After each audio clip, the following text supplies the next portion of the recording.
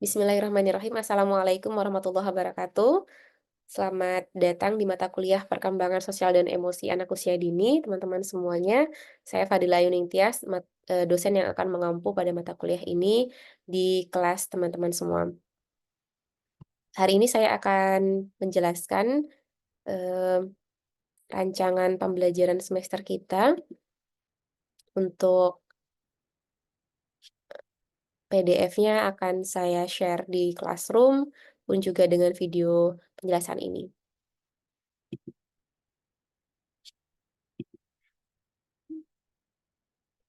Ya, baik teman-teman, saya harap teman-teman bisa memberikan perhatian pada penjelasan eh, kali ini.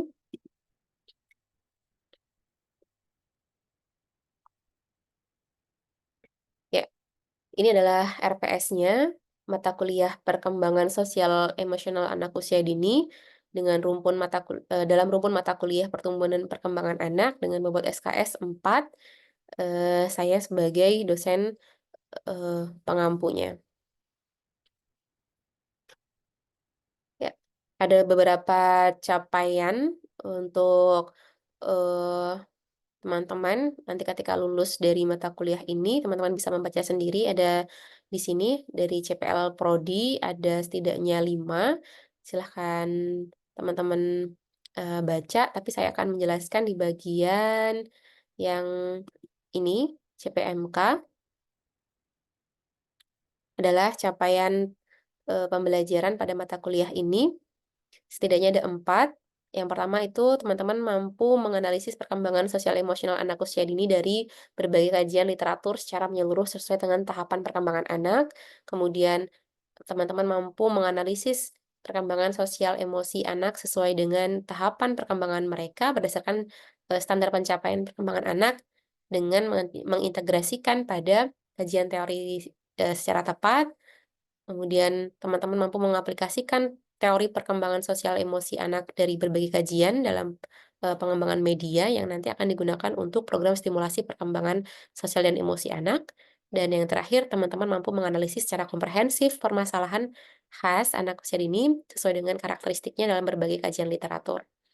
Saya akan menjelaskan deskripsi singkat mata kuliah ini. Mata kuliah ini adalah mata kuliah dengan nama mata kuliah Perkembangan Sosial Emosional Anak Usia Dini, yang merupakan mata kuliah yang mempelajari salah satu aspek penting dalam perkembangan anak, yaitu mengenai sosial dan emosi anak dari 0 sampai 8 tahun. Dalam mata kuliah ini akan dijabarkan berbagai teori mengenai perkembangan sosial emosi anak yang ditinjau dari berbagai literasi, khususnya dari dari literatur barat, kemudian literatur Islam itu sendiri. Teman-teman semua, mata kuliah ini akan diselenggarakan secara blended learning dengan pendekatan berbasis project based learning, dan teman-teman akan mengerjakan proyek yang bertujuan untuk mencari gagasan terkait perkembangan sosial emosi anak. Setiap proyek akan dirancang untuk mengakomodasi bahan-bahan kajian yang diperlukan untuk mewujudkan capaian-capaian perkembangan yang tadi sudah saya sampaikan. Luaran dari mata kuliah ini adalah teman-teman nanti akan membuat media stimulasi perkembangan sosial emosi anak berbasis cetak atau teknologi, serta teman-teman juga akan membuat rancangan karya tulis ilmiah, ya, eh, artikel jurnal maksud saya di sini. Teman-teman nanti juga harus menggunakan berbagai metodologi yang relevan dengan topik yang teman-teman angkat. Untuk materi pembelajaran atau pokok bahasan, ada 22 materi bahasan dalam eh, mata kuliah ini, lumayan padat. Em, saya harap nanti teman-teman mampu mengikutinya dengan baik. Untuk mengefektifkan semua materi ini bisa kita bahas bersama-sama, maka sistemnya nanti teman-teman akan berkelompok. eh, Teman-teman membuat 11 kelompok, begitu ya, dari satu kelas. 11 kelompok ini akan membahas masing-masing sesuai dengan warna atau highlight yang sudah saya berikan. Misalnya kelompok satu atau kelompok yang akan bertugas untuk diskusi pertama itu adalah kelompok yang akan membahas tentang materi bahasan 1 dan 2. perkembangan sosial emosional, konsep teori tahapan, kemudian juga membahas tentang konsep diri, ya, baik di fisik, karakteristik, motivasi individual, dan keunikan masing-masing anak usia dini. Kemudian kelompok yang akan tampil kedua itu akan membahas tentang efikasi diri, ya, bagaimana menumbuhkan kepercayaan diri anak, kemudian juga membahas tentang pengembangan regulasi emosi dari berbagai perspektif, ya, termasuk di dalamnya dalam perspektif Al-Quran.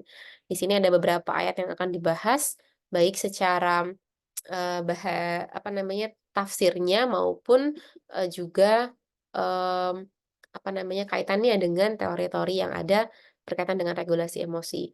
Silakan dibahas dari ayat surah Al-Qasas ayat 15-16, surah Al-Baqarah ayat 153, Az-Zumar ayat 10, dan beberapa hadis dalam hadis Arba'in, ya teman-teman, silahkan nanti dicek mana yang kemudian berkaitan dengan regulasi emosi. Kemudian kelompok yang akan tampil ketiga itu akan membahas pemodelan respons emosi, bagaimana respon emosi itu akan keluar dari seorang individu, kemudian temperamen dan perkembangan, ya, di dalamnya membahas tentang apa itu temperamen dalam perkembangan anak, kemudian faktor yang mempengaruhi temperamen, dan bagaimana kestabilan temperamen pada seorang individu. Kemudian kelompok selanjutnya, artinya kelompok yang akan tampil keempat, membahas tentang attachment, kelekatan anak pada eh, pengasuhnya, ya, atau orang tuanya, dan tentang over labeling, bagaimana pemberian peringatan pada anak. Kemudian kelompok yang akan tampil kelima membahas identitas sosial, gender dan etnik, perkembangan identitas etnik, perbedaan individual dalam identitas etnik, ya. Kemudian seksisme dan rasisme, ya, seksisme dan rasisme ini berkaitan sama konsep-konsep gender, ya teman-teman, dan em, apa namanya, kultur begitu, rasisme. Kemudian teori-teori tipe gender dan perkembangan peran gender, yang di dalamnya juga membahas tentang pendidikan seks dalam Islam. Jadi ada dua nomor atau dua poin yang akan dibahas di sini. Kemudian kelompok yang akan tampil ke-6 ya 6 itu akan membahas tentang disiplin diri, em, yang di dalamnya membahas tentang peraturannya, penerapannya, dan konsekuensi serta konsep reward and punishment. Kemudian membahas tentang perkembangan perilaku prososial dan antisosial pada anak usia dini. Kemudian kelompok ke-7 akan membahas tentang pengembangan perilaku positif anak melalui komunikasi verbal dan teori kolektivisme dan individualisme, di dalamnya membahas tentang hubungan teman sebaya dan persahabatan. Kelompok ke-8 akan membahas tentang pengetahuan, keterampilan, kompetensi, kecerdasan interpersonal, ya, dan kecerdasan intrapersonal, serta membahas tentang keterampilan self-help, bagaimana anak-anak itu mampu bertahan, begitu ya, membangun ketahanan pada diri anak. Kemudian kelompok ke-9 membahas tentang asesmen perkembangan sosial emosi anak, serta membahas implikasi pengendalian diri atau self-control dalam pembelajaran. Kemudian kelompok 10 akan membahas tentang kajian standar tingkat capaian perkembangan anak, ya teman-teman, khususnya pada aspek sosial dan emosional anak. Di sini ada dua yang nanti bahas teman-teman, Permendikbud 137 dan Permendikbudristek nomor 5 tahun 2002 tentang standar capaian yang berkaitan dengan aspek sosial emosi, yang nanti teman-teman bisa analisis terlebih dahulu. Kemudian perencanaan dan implementasi strategi yang mendukung perkembangan sosial dan emosi yang positif pada anak. Dan yang kelompok terakhir, kelompok 11 atau tampil yang terakhir, akan membahas tentang bagaimana program stimulasi sosial emosi pada anak usia dini, serta bagaimana problematika penelitian sosial emosi. Teman-teman nanti silahkan memberikan contoh-contoh riset-riset berkaitan dengan penelitian sosial emosi anak. Itu adalah materi-materi yang akan dibahas oleh masing-masing kelompok ya, 11 kelompok. Silahkan nanti jika ada pertanyaan-pertanyaan terkait, sub-sub bahasan dalam masing-masing, topik ini, silahkan dikomunikasikan dengan PJ dan PJ akan menyampaikan kepada saya. Untuk sementara di bagian, mmm, ini ya, pustaka teman-teman, silahkan teman-teman menggunakan beberapa pustaka yang sudah dituliskan di sini. Apabila teman-teman memiliki, mmm, sumber-sumber lain yang kredibel, yang relevan, teman-teman bisa menggunakannya. Eee,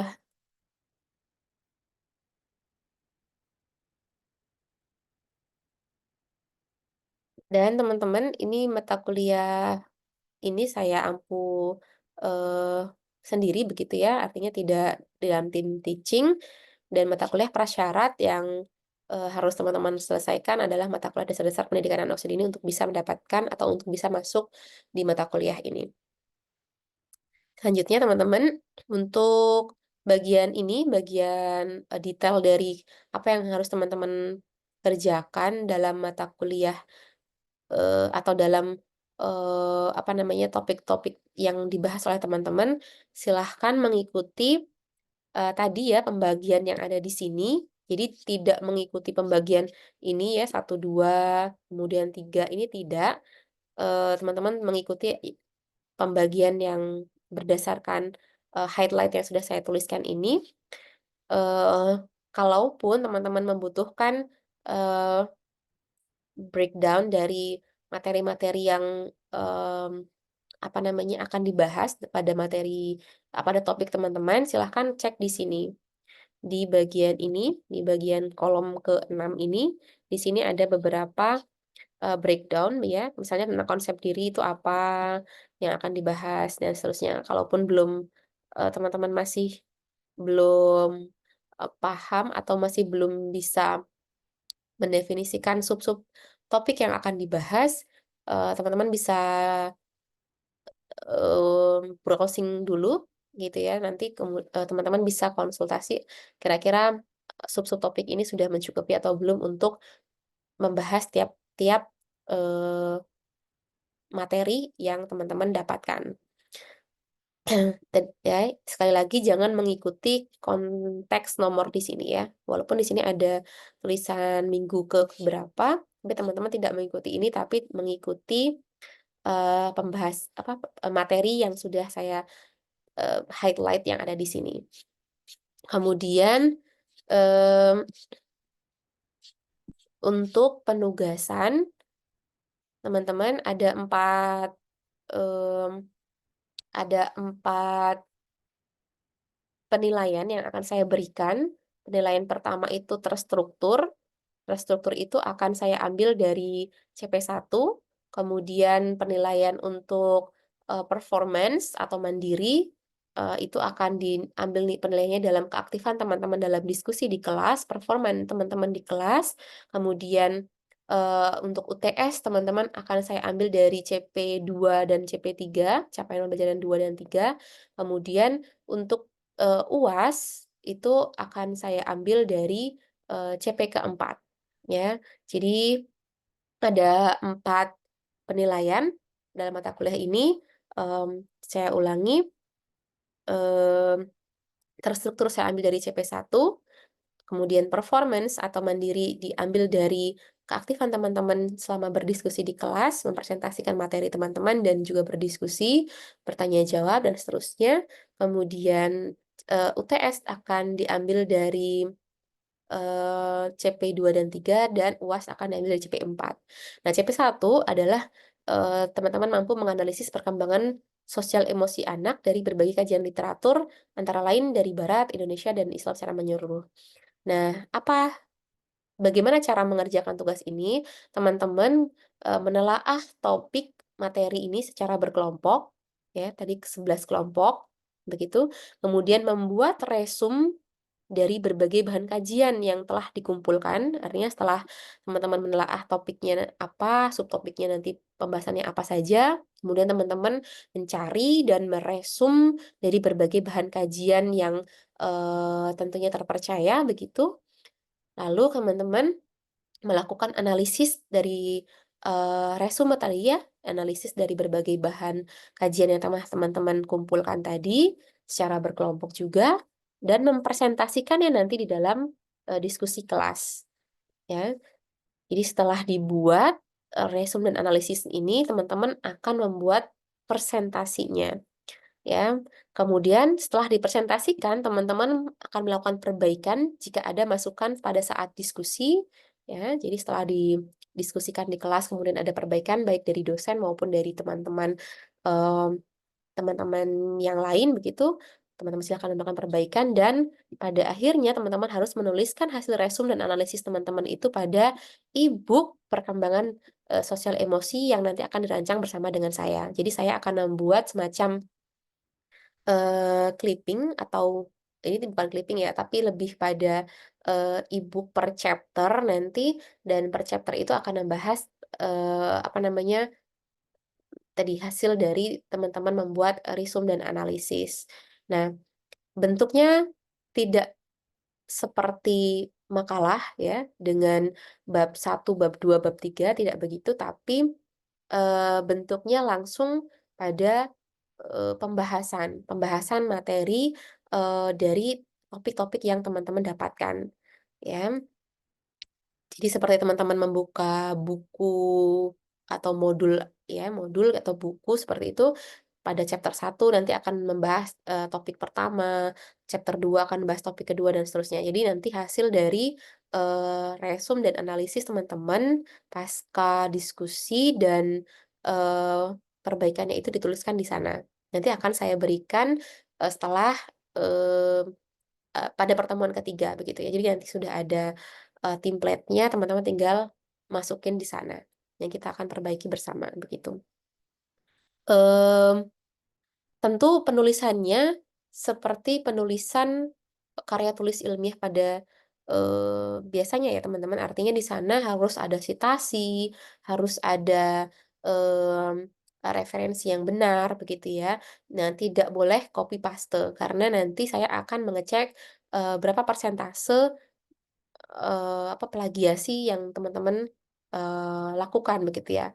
Artinya di sini tidak menuntut untuk, harus berpuluh-puluh halaman, tetapi, yang saya harapkan adalah, kualitas dari tulisan teman-teman, ya. Kualitas dari tulisan teman-teman yang memperlihatkan, di sini ya komplektivitas dari, mmm apa namanya, analisis yang teman-teman buat begitu. Jadi tidak hanya sekedar copy dan paste, gitu ya.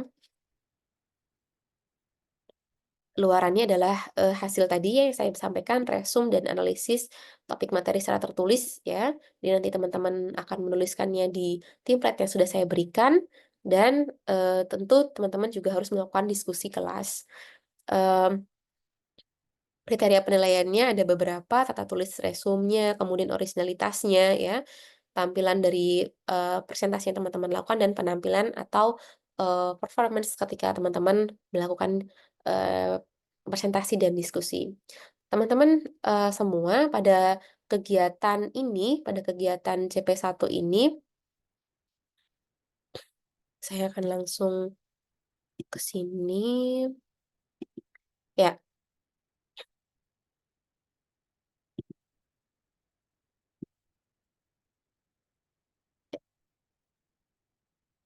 Ini adalah matriks kegiatan pertemuan kita, teman-teman. Mmm, jadi saya sudah membuat,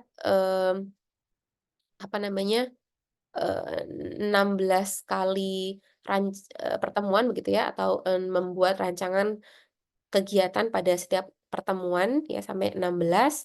Nah, nanti teman-teman akan mulai melakukan diskusi itu pada pertemuan ketiga atau minggu ketiga ya, pada pekan ketiga.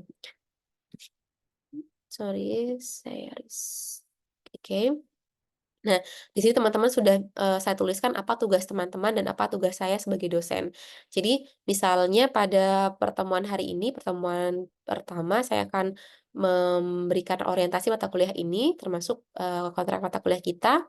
Saya akan menjelaskan RPS dan penugasan teman-teman, dan teman-teman nanti tugasnya membuat kelompok dan membagi tugas, ini. Kemudian di pertemuan kedua, pekan depan, teman-teman mempersiapkan presentasi kelompok pada setiap topik. Mmm, jadi kalau karena ada banyak tugas teman-teman ya di pekan kedua ini, saya sangat berharap tugas di pertemuan kedua ini juga bisa dikerjakan, sejak pertemuan pertama ini ya. Setelah membagi kelompok, teman-teman langsung melakukan telaah berbagai, topik ya, dari berbagai mencari berbagai bahan ya. Kemudian di pertemuan kedua teman-teman tinggal melakukan resume, dan menuliskan apa namanya, sesuai dengan kaidah yang berlaku, kaidah nanti akan saya berikan template-nya, kemudian membuat PPT dan presentasi kelompok. Nah, karena, mmm, setting yang saya ajukan dalam pertemuan kita itu, walaupun kita 4 SKS, saya tidak ingin kita melakukan presentasi itu di kelas. Namun, presentasi telah dilakukan sebelum kelas dimulai. Artinya, kalau kita pertemuannya hari Senin, teman-teman sudah presentasi teman-teman ya, kemudian membagikan kepada, kelas begitu, recording itu, kemudian teman-teman di kelas, sudah mendengarkan record yang, apa namanya, sudah mendengarkan record yang telah teman-teman bagikan, kemudian mempersiapkan diskusi untuk, di pertemuan selanjutnya. Jadi di pertemuan di pertemuan hari H, hari Senin misalnya, di kelas itu untuk 2 SKS pertama kita tidak lagi, presentasi, tapi teman-teman bisa langsung melakukan diskusi. Oleh karena itu saya akan melihat, keaktifan dari teman-teman yang lain ya, yang lain ketika bertanya jawab itu, apa namanya, akan sangat terlihat ketika teman-teman tidak atau belum mendengarkan atau belum menyimak recording materi yang teman-teman telah presentasikan. Ya, jadi di pertemuan ketiga misalnya 3 4 5 6 7 ketika masuk kelas, ya, di 2 SKS pertama kita langsung melakukan diskusi. Diskusi tentang materi yang, sudah dipresentasikan oleh kelompok. Nah, karena teman-teman, eee, apa namanya, harus melakukan, recording dan share materi itu sebelum, teman-teman, hari H atau hari Senin itu, masuk ke kelas, maka saya harapkan recording itu dilakukan jauh-jauh hari, ya. Materi itu sudah direcord sejauh-jauh hari sehingga nanti share-nya itu tidak di, hari-hari yang mendekati hari, kita masuk ke kelas, begitu ya. Nanti kita akan sepakati hari apa ya, atau berapa, teman-teman harus share, materi untuk disimak atau didengarkan oleh teman-teman kelas, begitu. Dan di 2 SKS selanjutnya ya, karena ada 4 SKS, 2 SKS untuk diskusi dan 2 SKS kita akan gunakan untuk pengerjaan ya, dan laporan progres, eee, proyek-proyek teman-teman. Nah, proyeknya apa? Proyeknya itu di CP2, saya akan kembali lagi ke CP2 ya, setelah CP1. Nah, CP2 dan CP3 ini adalah, proyek untuk UTS. Nah, teman-teman semua, silahkan disimak. Untuk CP2, teman-teman diharapkan mampu menganalisis perkembangan sosial emosi anak sesuai dengan, tahapan perkembangannya berdasarkan standar pencapaian perkembangan yang ada, begitu ya. Nah, bagaimana cara mengerjakan tugasnya, teman-teman mengkontekstualisasikan pemahaman teman-teman tentang standar capaian, perkembangan sosial emosi anak ya, yang ada di STPPA maupun yang ada di standar capaian perkembangan, Permendikbudristek nomor 5 tahun 2022, dengan cara teman-teman melakukan, observasi langsung pada anak usia 2 sampai 6 tahun dan melaporkan hasil temuan. Jadi teman-teman sudah membawa, eee, pedoman untuk, observasi ya apa saja dalam aspek sosial emosi, anak-anak ya, yang akan teman-teman nanti, apa namanya, bawa langsung ya ketika observasi langsung pada anak-anak. Jadi, seperti mata kuliah yang sebelumnya teman-teman sudah memahami dulu, apa namanya, instrumen untuk observasinya, baru kemudian datang pada anak-anak untuk, melakukan observasi secara langsung. Nah, observasi ini dilakukan secara, mandiri ya, teman-teman bisa mandiri atau kelompok. Saya tidak menganjurkan, kelompok ya, tapi nanti, eee kenapa saya tidak mengajukan kelompok? Karena, pemahaman atau, kemudahan ya, kemudahan ketika observasi itu lebih mudah dilakukan sendiri-sendiri biasanya. Jadi dibandingkan, melakukan bersama-sama, ya teman-teman bisa melakukannya sendiri-sendiri, tidak harus di sekolah ya, boleh di rumah, boleh dengan anak tetangga dan seterusnya, yang penting ada dalam koridor anak usia dini, begitu. Kemudian laporan hasilnya, ya, itu dibuat seperti biasa dalam bentuk laporan kelompok, sekaligus, laporan itu sekaligus teman-teman gunakan sebagai dasar untuk CP3, yaitu mengaplikasikan teori perkembangan sosial emosional anak usia dini dengan, teman-teman membuat media yang dapat menjadi solusi dari temuan permasalahan perkembangan anak. Jadi, misalnya dari hasil observasi teman-teman mendapatkan Mmm, hasil bahwa ada anak yang memiliki permasalahan begitu ya, permasalahan perkembangan sosial emosi, teman-teman bisa menggunakan itu untuk, ide begitu ya, ide atau dasar, eee yang nantinya akan teman-teman buat solusinya dalam bentuk media ya. Jadi, teman-teman di CP3 ini teman-teman membuat media untuk stimulasi perkembangan sosial emosi anak, atau untuk mengatasi permasalahan yang tadi teman-teman dapatkan selama, observasi secara berkelompok. Jadi, kalau yang CP3 ini, medianya itu dibuatnya atau disusunnya secara berkelompok, tidak sendiri-sendiri. Walaupun di sini teman-teman bisa melakukannya sendiri-sendiri, tapi di bagian CP3 teman-teman melakukannya secara berkelompok.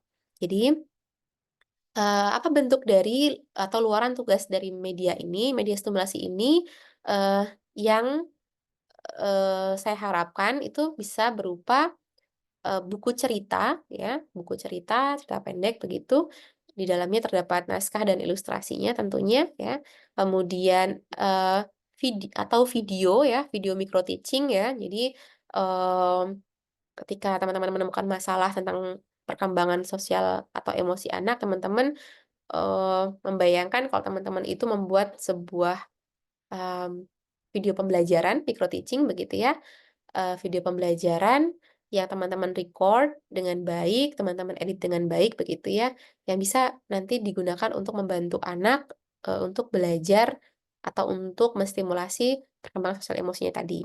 Ya, kemudian teman-teman juga, boleh ya, kalau misalnya luarannya nanti bentuknya game ya, game berbasis teknologi, saya persilahkan. Atau teman-teman juga boleh membuat sebuah aplikasi misalnya untuk membantu pendidik mengembangkan sosial emosi ya, misalnya aplikasi untuk tracking perkembangan anak ya, tracking perkembangan sosial emosi anak, atau misalnya aplikasi untuk membantu orang tua, membuat apa, misalnya, rancangan kegiatan harian di rumah gitu ya, misalnya, hari ini, kegiatannya apa, mau mengembangkan apa, di situ juga sudah ada penilaiannya begitu ya. Jadi ada semacam aplikasi yang bisa dipakai oleh orang tua. Nah, silakan teman-teman berkolaborasi dengan siapapun ya, misalnya ketika membuat buku cerita, teman-teman mau berkolaborasi dengan, mmm, anak-anak yang pandai membuat ilustrasi ya, anak-anak di kafe misalnya atau siapapun, atau misalnya ketika membuat game atau aplikasi teman-teman, eee apa namanya, berkolaborasi dengan teman-teman dari, Saintek, saya tidak masalah. Jadi, teman-teman, saya harapkan gitu ya, luaran ini bisa menjadi, solusi dari, masalah-masalah ataupun solusi untuk, apa ya, yang bisa kita tawarkan kepada masyarakat untuk menstimulasi perkembangan anak-anak kaitannya dengan, aspek sosial dan emosi. Dan jangan lupa teman-teman media yang sudah teman-teman buat, baik itu berupa, buku atau misalnya video pembelajaran atau game ataupun aplikasi ini, mmm, harus mendapatkan feedback dari orang lain ya. Misalnya kalau itu video pembelajaran teman-teman bisa unggah di, YouTube misalnya, kemudian teman-teman, minta, feedback ini ya, feedback original ya, feedback yang, jujur begitu, dari misalnya pendidik atau siapa begitu, atau orang tua gitu ya, ketika melihat, video teman-teman begitu. Pun juga misalnya game ataupun buku, teman-teman bisa, mendapat feedback ya, jadi teman-teman, apa sih namanya, minta feedback dari orang lain setelah menggunakan atau setelah melihat, eee, apa yang teman-teman buat, gitu, media yang teman-teman buat. Itu untuk CP2 dan CP3 dan yang CP4, saya kembali dulu sebelum CP4 saya akan menjelaskan ini. Nah, CP2 dan CP3 itu dilakukan di 2 SKS ya selama pertemuan ketiga sampai pertemuan ketujuh. Artinya, eee, CP 2 dan 3 misalnya di dalamnya ada observasi, pun juga ada diskusi ketika teman-teman mengerjakan proyek. Mungkin tidak harus di dalam kelas pengerjaannya, tapi teman-teman tetap mengupdate progresnya itu, dalam pertemuan-pertemuan antara pertemuan ketiga sampai pertemuan ketujuh sebelum UTS. Nah, untuk UTS eee, teman-teman mengumpulkan hasil dari CP2 dan CP3 ya. Jadi CP2 dan CP3 tugas kedua dan ketiga tadi dikumpulkan di pertemuan ke-8. Baru kemudian kita akan masuk ke, eee, CP4 ya, yang akan kita, kerjakan begitu sejak pertemuan ke-9 atau pasca UTS. Nah, apa kemudian tugas di CP4? CP4 itu adalah apa namanya, harapan dari CP4 adalah teman-teman mampu menganalisis secara komprehensif permasalahan sosial emosi anak, ya. Jadi bukan hanya dari, observasi satu anak, tapi analisis komprehensifnya ini dari permasalahan secara umum yang ditemui berkaitan dengan sosial emosi anak. Bagaimana cara pengerjaannya? Teman-teman membuat karya tulis ilmiah ya, dengan topik-topik yang ada dalam, materi atau bahan kajian perkembangan sosial emosi, ya. Tidak harus materi, yang teman-teman dapatkan ketika di CP1. Misalnya di CP1 jadi kelompok satu begitu ya, membahas tentang, topik satu dan topik 2. Tapi di bagian ini, di bagian CP4, teman-teman tidak harus menggunakan topik itu untuk dijadikan atau untuk dijadikan bahan ya, pengerjaan CP4. Jadi CP4 ini as long as, topik itu ada dalam, apa namanya, kajian perkembangan sosial emosi anak usia dini, teman-teman bisa mengambilnya, begitu ya. Dan diharapkan tidak sama dengan kelompok yang lain. Artinya 11 kelompok ini saya sangat mengharapkan sebelum pertemuan ke-9 atau sebelum UTS, teman-teman tuh sudah menyetorkan, topik ya, bukan judul ya, topik apa yang akan diangkat. Sehingga meminimalisir, kesamaan topik yang akan diangkat pada CP4, gitu ya. Jadi teman-teman membuat karya tulis ilmiah dengan topik-topik yang ada dalam, kajian perkembangan sosial dan emosi anak, ya. Kemudian dengan cara melakukan kajian terhadap suatu topik itu tadi, kemudian melakukan pengumpulan data menggunakan metodologi yang relevan, dan menuliskan hasil dan pembahasan atas temuan-temuan ini secara berkelompok, ya. Seperti teman-teman, membuat atau, kalau teman-teman pernah membaca artikel penelitian yang, eee, ada begitu ya, yang bisa kita akses, misalnya di sana teman-teman akan melihat, apa namanya, ada, apa namanya, tata tulis yang digunakan atau panduan penulisan yang digunakan. Oleh karena itu saya harapkan teman-teman sejak awal menuliskannya itu menggunakan, panduan yang sudah teman-teman ambil dari jurnal-jurnal yang terindeks Sinta, ya. Udah. Udah. Ya, oke. Oh, sebentar teman-teman. Ya, jadi karya tulis ini nanti ya, luaran tugas ini, karya tulis ini teman-teman tuliskan dalam bentuk atau sesuai dengan petunjuk penulisan pada jurnal terindeks Sinta. Misalnya teman-teman bisa ngambil dari jurnal X, misalnya ada petunjuk penulisannya, ada guideline-nya, teman-teman bisa gunakan itu untuk membuat tulisan teman-teman. Metodologi yang akan digunakan eh, akan disesuaikan dengan topik yang teman-teman angkat dan bagaimana pengumpulan datanya nanti ya. Misalnya teman-teman bisa menggunakan analisis apa namanya sistematik, misalnya sistematik literatur, eh, sistematik literatur misalnya, atau teman-teman bisa pakai survei, atau misalnya teman-teman bisa menggunakan em, apa namanya PTK misalnya, atau apapun. Jadi tidak hanya pada satu metodologi. Oleh karenanya, saya harapkan teman-teman juga membaca metode-metodologi yang ada dalam sebuah penelitian begitu, sehingga teman-teman punya gambaran nanti seperti apa ya saya akan mengumpulkan datanya gitu ya. Misalnya, saya berikan contoh, teman-teman eh, sudah melakukan atau sudah membuat media tadi ya, media di CP ketiga tadi. Nah, media tadi misalnya teman-teman gunakan gitu ya. Misalnya teman-teman gunakan atau teman-teman minta atau diuji cobakan di sebuah kelas misalnya. Misalnya medianya tadi buku misalnya. Nah, teman-teman bisa mencari tahu atau mengambil atau membuat eh, apa namanya ya penelitian begitu ya, membuat karya tulis dari tadi ya kegiatan teman-teman mengimplementasikannya di kelas atau menguji cobakannya di kelas anak usia dini ya, misalnya buku tersebut, buku cerita tersebut, nanti teman-teman bisa lihat apakah ada misalnya perubahan pada perilaku anak misalnya. Misalnya buku ceritanya tentang em, apa namanya seperti yang saya buat dulu ya, dalam misalnya dalam riset S1 saya misalnya social stories misalnya.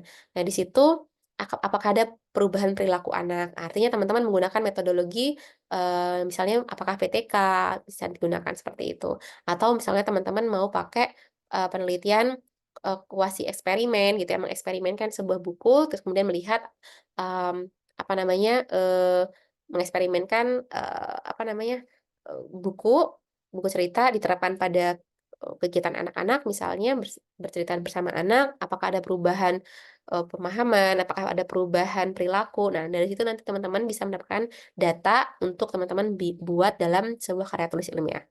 Pun juga pada media-media yang lain ya, misalnya game, misalnya juga eh, teman-teman buat sebuah aplikasi untuk orang tua, nanti teman-teman tinggal survei sejauh apa kok apa namanya em, efektivitas dari eh, apa namanya media atau game atau misalnya em, apa namanya aplikasi yang teman-teman telah buat itu untuk mengembangkan atau untuk membantu orang tua dalam mendidik anak khususnya pada sosial emosi anak misalnya seperti itu. Nah, karya tulis ini nanti teman-teman buat dan akan luarannya itu harus sudah siap untuk di submit ke jurnal-jurnal terindeks Cinta ya. Artinya kalau teman-teman lihat di matrik kegiatan kita di sini misalnya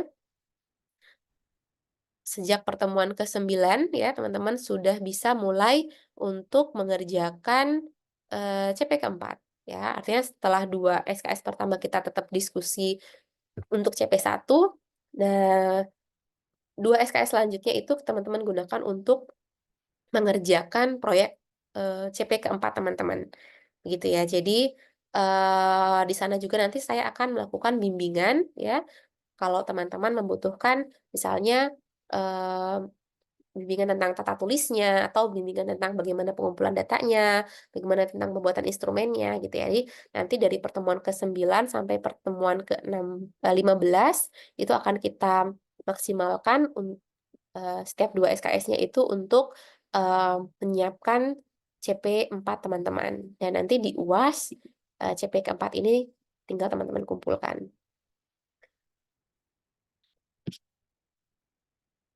Ya, ini adalah ya, ini, eee, Ibu rasa cukup ya untuk penjelasan RPS dan penugasan, mata kuliah ini. Apabila nanti teman-teman ada pertanyaan, silahkan disampaikan di classroom. Terima kasih teman-teman.